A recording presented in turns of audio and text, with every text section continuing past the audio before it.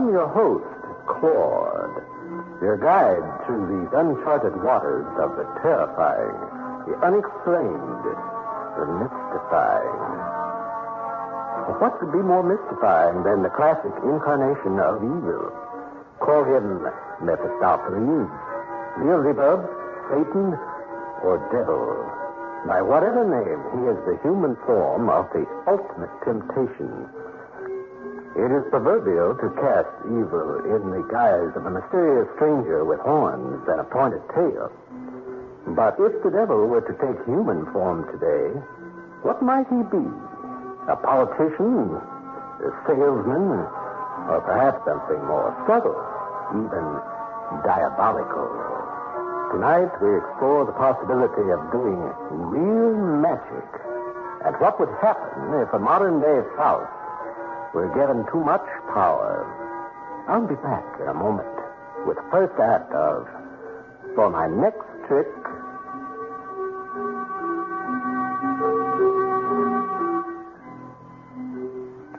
Come join your lung association and discover the facts of life and breath.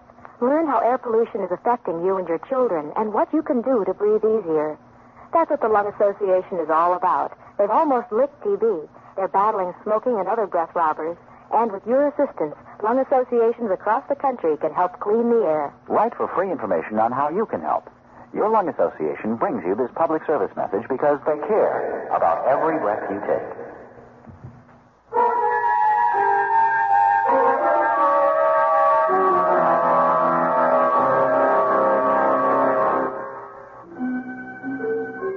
Throughout history, many people have been accused of being in league with the devil.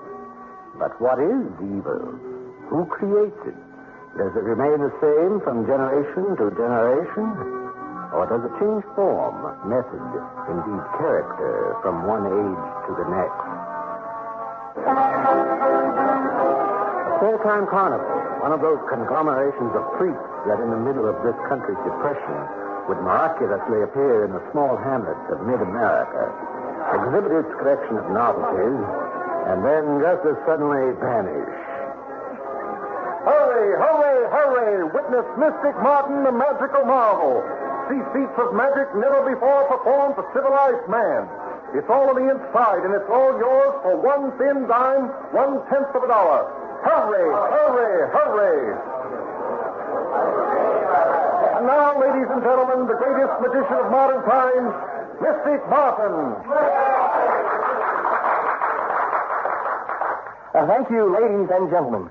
For my first illusion, I should like to borrow a man's hat. Well, now, any hat will do. Thank you, sir. My assistant, Millie, shall fetch it from you. Now, ladies and gentlemen, every magician is supposed to produce a rabbit from a hat. But I intend to produce a rabbit, not from my own hat, but from this hat so kindly donated by the gentleman in the third row. Now, with a few magic words and a wave over the hat, I shall produce a live rabbit. Alakazam, alakazam, and here we have, somewhere we have, well, ladies and gentlemen, if you'll just have a little bit of patience here, I'll be able to. And you must have your coattail. There's the rabbit.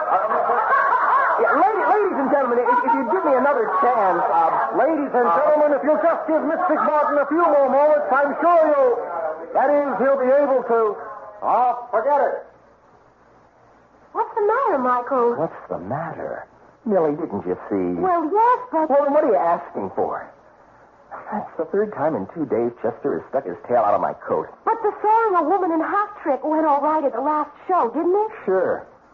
But that's only the second time we've gotten it right this week.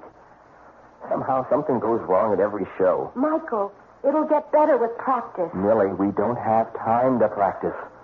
The carnival owner said that unless we get the act together by the weekend, we're fired. But what will we do then? I don't know. Magic is the only thing I know, and jobs aren't easy to come by these days. Hey, Martin, you've got a visitor. A visitor? Yeah, some fan, I guess. Don't ask me how. Even I don't like your show, and I'm paid to like it. Want to see him? Why not? Right now, I guess I need all the fans I can get. Okay. Hey, mister, the great Martin will see you. Gee, Millie, do you think somebody liked the show? Michael, I don't know. Hello, Michael. Carl Owen. Millie, it's Carl Owen. Remember? He built the Saw Woman in Half cabinet for us. Of course. How are you, Carl? Fine, Millie. Well, what are you doing in these parts, Carl? I thought you stayed pretty much in Los Angeles. I do ordinarily, but Blackstone is opening a new show in Chicago, and I delivered some props to the theater. When I heard you were playing the area, I thought I'd drop in and see what you were doing.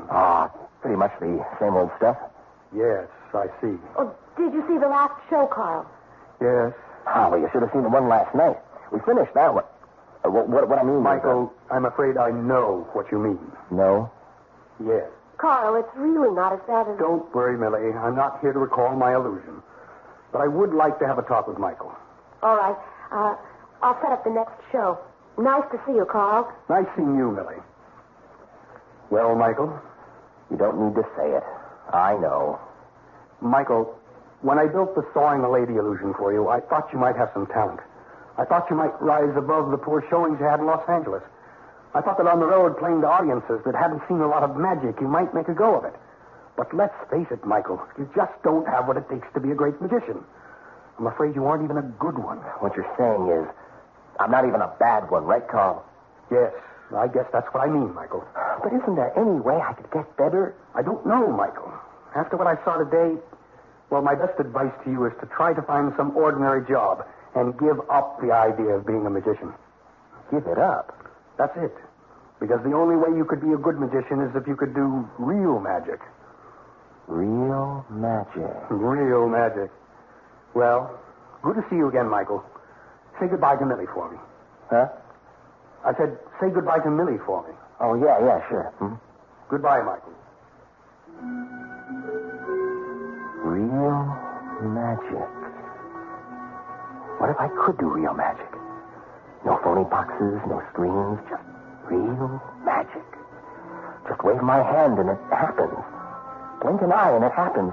Don't do anything and it happens. Michael? Huh? Has Carl gone? Carl? Oh, yeah, he's gone, huh? Well, what did he say? He said I should do real magic. Real magic? Well, think of it, Nellie. I could do it anywhere, anytime. Just point a finger and make anything disappear. Point it again and it reappears. Michael, calm down. Nobody would know how I did it. Not even other magicians. Well, I'd be the biggest thing in show business. Michael, please. I'd have the whole world at my feet. Michael! That's it. Real magic. I'd sell my soul to do real magic. Mr. Martin, What? you are Mystic Martin. Well, yes, of course. I thought so. A pleasure to meet you. Well, how do you do? This is my assistant. Yes, Millicent Hendricks. I know that also. A pleasure. How did you know? Your name. In my business, it's good to know a lot of things about a lot of people, Miss Hendricks. Your business? Yes, Mr. Martin. I'm what you call a talent scout. I search out promising people of all types and recruit them. Michael, I think I'll go reset the props so you and Mr. DeVille. Yes, Mr. DeVille can talk alone. A charming girl, Mr. Martin. Yes. Now, what was it you were saying about me? That's what I like. Someone who gets right to the point. And so shall I. I overheard you say something about doing real magic. Overheard? From where? An advantageous position.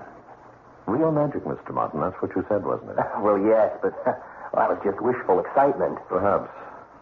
But what if it could be true? Imagine, just for a moment, that it were really possible. But it isn't. But what if it was? Imagine the power to do anything you wanted, anywhere, anytime. That's what you were thinking about, wasn't it? That's what you'd sell your soul for, isn't it? Well, yes. But just a minute. All that's impossible. What are you getting at? I want to make you the greatest magician of all time. I want to give you the ability to perform real magic. I want to see your name up in lights on every marquee from east to west. But why? As I said, I recruit talented people for special assignments. I'm recruiting you, Mr. Martin. All I need is your signature on this contract. Say, where did that come from? I know a few tricks myself, Mr. Martin. Wait a minute. You want to do all of this for me. But what's in it for you? Well, now, that's fairly well known, isn't it? What did you say your name was? Ah, you finally guessed. DeVille. Well, DeVille is what I call myself in this century. In past years, I've been called some harsher-sounding names. Perhaps at the turn of the next century, I'll have changed again to keep modern. And that contract? The usual. Your name goes on the bottom line. I make you the world's greatest magician with the power to do real magic. When the time comes, I claim your soul and your mind. Simple. Now, hold on. Not so simple. Now, I'm not sure I want to trade in my soul just yet. Well, of course, not right away. Yeah, well, maybe not ever. Come now, Mr. Martin. A moment ago, you were ready to relinquish everything just to do real magic. I'm offering you even more. Not just the power, but all the things that go with it. Fame, money, excitement. And you don't give up anything now. I just put it on account, so to speak. Am I crazy? Here I am talking to whatever it is you are and actually believing that you're him. That you really can do all of that. But you're not real. I'm just daydreaming. I must be. Well, then, what have you got to lose? What? If I'm no more than a flight of romantic fantasy, then what can you lose by putting your signature on this contract? If I'm a mirage, then I'll fade away and you'll remain just what you were a few moments ago. Just what I was. But what if I'm not a daydream? What if I really can do what I say? Is a simple little soul so much to pay for what I offer, for what you really want to be? Hey, Martin, boss gave me a message for you. Says I should wait till you're alone to deliver it. So here it is. Alone? Sure. Don't see anybody else here, do you? Anyway, boss says don't bother moving on with us to Keokuk. Says he's going to get a better act for the rest of the tour. What? But he said that I had till the end of the week to... Sorry, pal, but he saw your last show. Said he didn't figure you'd ever get any better. Yeah, but... Where can I go? What can I do? Beats me. See you around. Well, Mr. Martin, what do you think of my proposition now? He couldn't see you. Maybe you are. Maybe you can do what you say. Of course. What was that? How did my signature get on that paper? Once you've convinced yourself, anything is possible. Come now. Leave those cabinets and cylinders and other trinkets. From this day, no illusion is too impossible for you to perform. The power of real magic is yours. The world is waiting for you. You are what you never were before.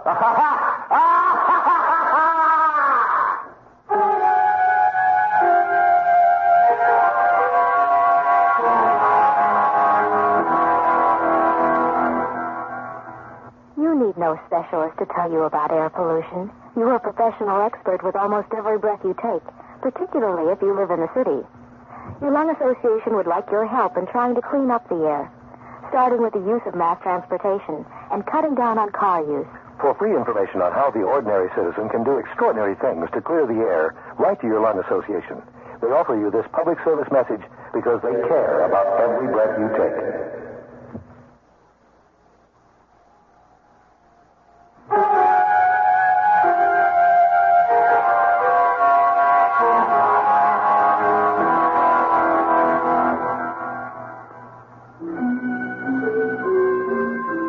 What would you give for your most dreamed of fantasy? What is absolute power worth? And given that power, how far can it take you?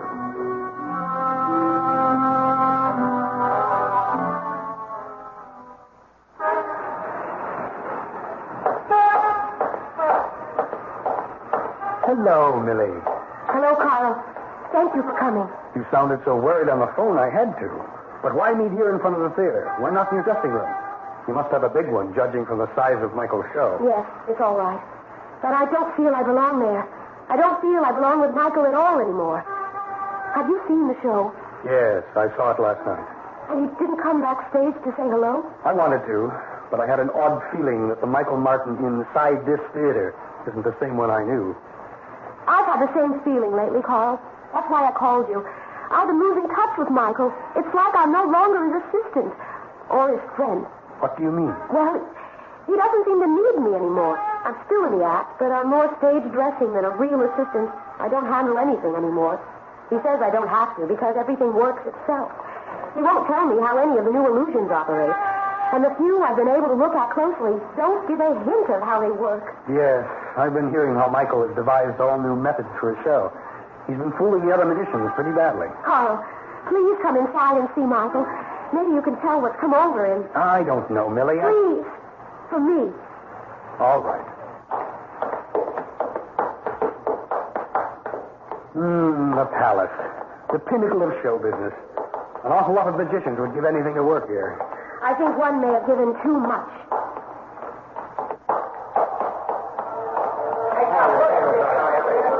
This way, Carl. Here's Michael's dressing room. Star on the door. Pretty good. Guess Michael isn't here, Millie. I don't understand it. He almost never leaves the dressing room between shows. Well, apparently he did this time. I guess I've wasted your time, Carl. It's never a waste of time to see an old friend. Oh, we didn't hear you come in, Michael. Well, in a way, I didn't. How are you, Carl? You haven't changed a bit. Well, you certainly have. Goatee, mustache. Your face looks thinner, too. Well, one must keep up one's image of the world's greatest magician. Now mustn't one? Indeed. You seem to have hit the right formula, all right. Well, not really a formula, Carl. I just decided that if I was going to make it big in the magic world, I had to produce my miracles in a way that no other magician could. I succeeded in discovering a new method, and it's worked very well. Yes, it certainly has. But has it been worth the price? I don't think I understand. You changed, Michael. Millie knows. What's more, I can tell just from your manner at the performance last night. The Michael Martin I knew wasn't much of a magician, but he was a pleasant, friendly, humble person. Now you're a great show business phenomenon. But what has happened to the man behind the black cape? Is he the same person? So what makes you think I've changed? I'm not sure. But there's a different feeling about the new Michael Martin. Come now, Carl. Are you really interested in me?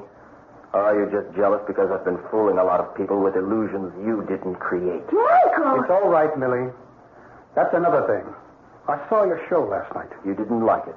No, I didn't say that. It was very entertaining, very astounding. But it bothered me. Take the trick with the elephant, for instance. Ah, yes. One of my better illusions. I march the elephant on stage, pass a large hoop over her, and as the hoop descends, the elephant dematerializes into thin air. Michael, that trick is impossible. Impossible? Yes. I've been building magic illusions for 50 years. I've seen them all, know how they all work. There's no trick any magician can do that can fool me.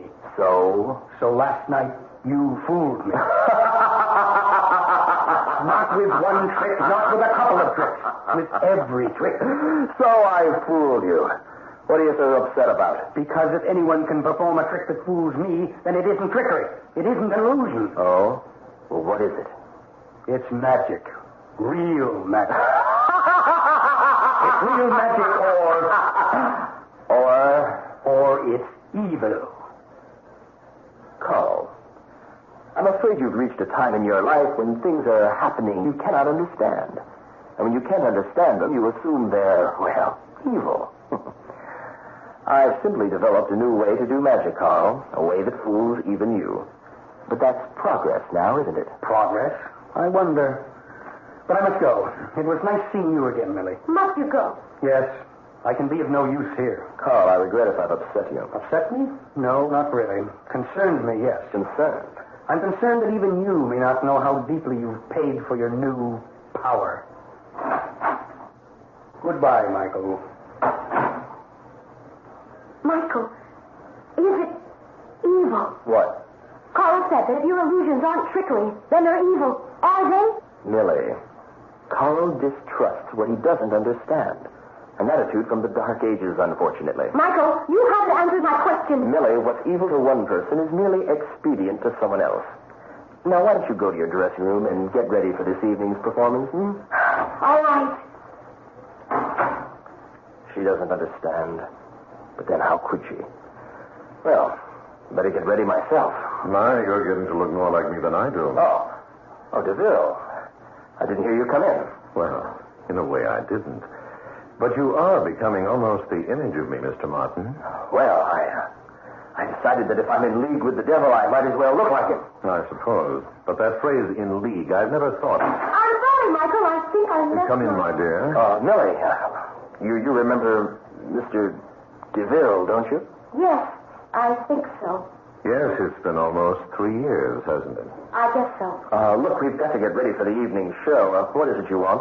I'm afraid there isn't going to be an evening show, Mr. Martin, tonight or ever. What? Yes, your contract has come due, and I'm here to collect. Your soul is mine. Oh, no! It's only been a few years. Now, my career is just starting. I could go on for years. Yes, you could probably, but not now. In some future life, perhaps. If I choose. But I've got lots of new illusions that I haven't even tried yet. I thought of making someone in the audience disappear. Or even having the whole audience disappear. Spectacular feats, I'm sure, but I'm afraid they will never be seen. Your audiences can imagine them as something you might have done had you not so suddenly disappeared. What? Of course. What did you think? I was going to kill you or something much too violent. No, you shall simply disappear, leaving no trace. Well, what about Millie? Now, she's heard. She'll know. Yes, that could present a problem. Of course, I could take her with us. No! Yet I think I shall just leave her. The story she would tell would be so fantastic that no one would believe it. In fact, it's been a saving grace during my entire career. No one ever believes the eyewitness accounts of my escapades. Yeah, but look, Look, Martin, you made a bargain with me. You got what you asked for. More, in fact. Now it's time to settle up. Your soul is mine, and I want it now. What if I said you couldn't have it? Others have tried that tactic, and it's never worked. They're all mine now. Well, I'm not going. Oh, he's not going. My Hades, listen to that. He's not going. Don't laugh at me! Why? What are you going to do about it? Michael, why are you looking like that? Real magic, Millie. I can do real magic. People have sold their souls to the devil before, but no one has ever asked for the power I have. What are you doing, Martin? The ultimate trick, DeVille. You gave me the power to do real magic. But do you know how much power that really is? I never knew. But now we're both going to find out. What are you doing? No! Stop! You can't do this! We'll see just what I can do, DeVille. Stop! I'll keep you on time. You can. Go on. Stop! Stop! Stop!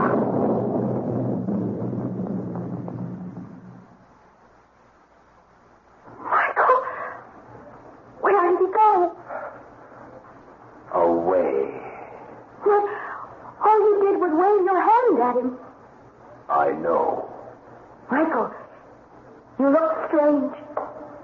Strange? Yes, like you're a different person. Different?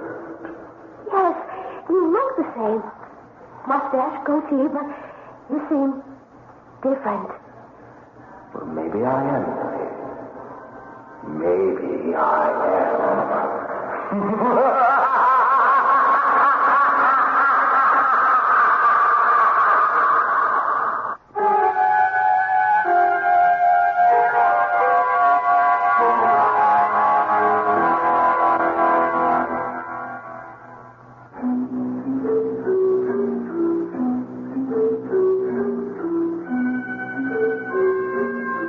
As the years come and go, temptation and evil seem to adapt to changing circumstances.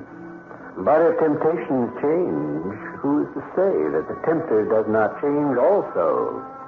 Who is to say that the highest office of hell does not have its contenders to the throne, and that the current occupier of that office is merely an incumbent, holding sway until the next election comes around? I'll be back in just a moment. Put a good dream to work and get real action. Citizen action. We can clean up the world, starting with each and every community throughout the nation.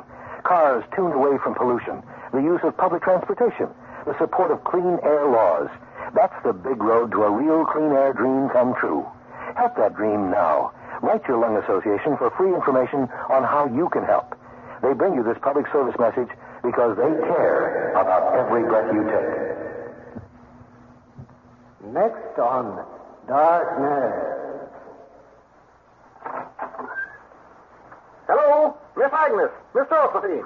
Officer Lyons, what a pleasant surprise. Can you stay for tea? Thank you kindly, but I only stopped by to see that you were safe. Who would want to harm either of us? I don't know. But them gold watches in the front window, well, they can attract the wrong element. Well, if we don't display them, how can we get customers? I may be stepping out of line, but, ladies, the neighborhood isn't the same as it was. We don't have your kind of genteel society anymore. These days, it's full of junkies and thugs. We've never had a speck of trouble here, not in 52 years. Anyhow, please make sure all the doors and windows are secured. You don't want any unexpected guests.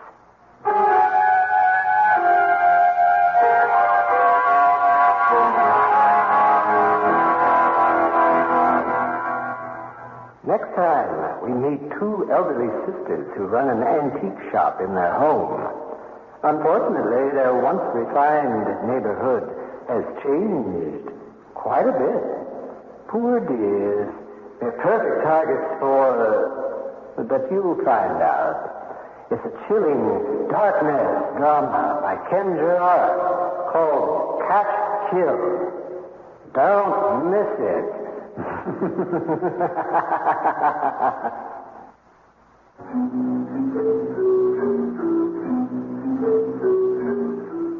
For My Next Trick was written and directed by Roger Rittner. Featured in the cast were Michael Rye, Joey DiAria, Wendy Allen, and Art Dutch. Also heard were Bill Irwin and Bob Farley. Sound patterns by David Surtees. Darkness is a Ken Gerard, Roger Rittner radio production. Now, until next time, this is your host, Claude, wishing you good night forever.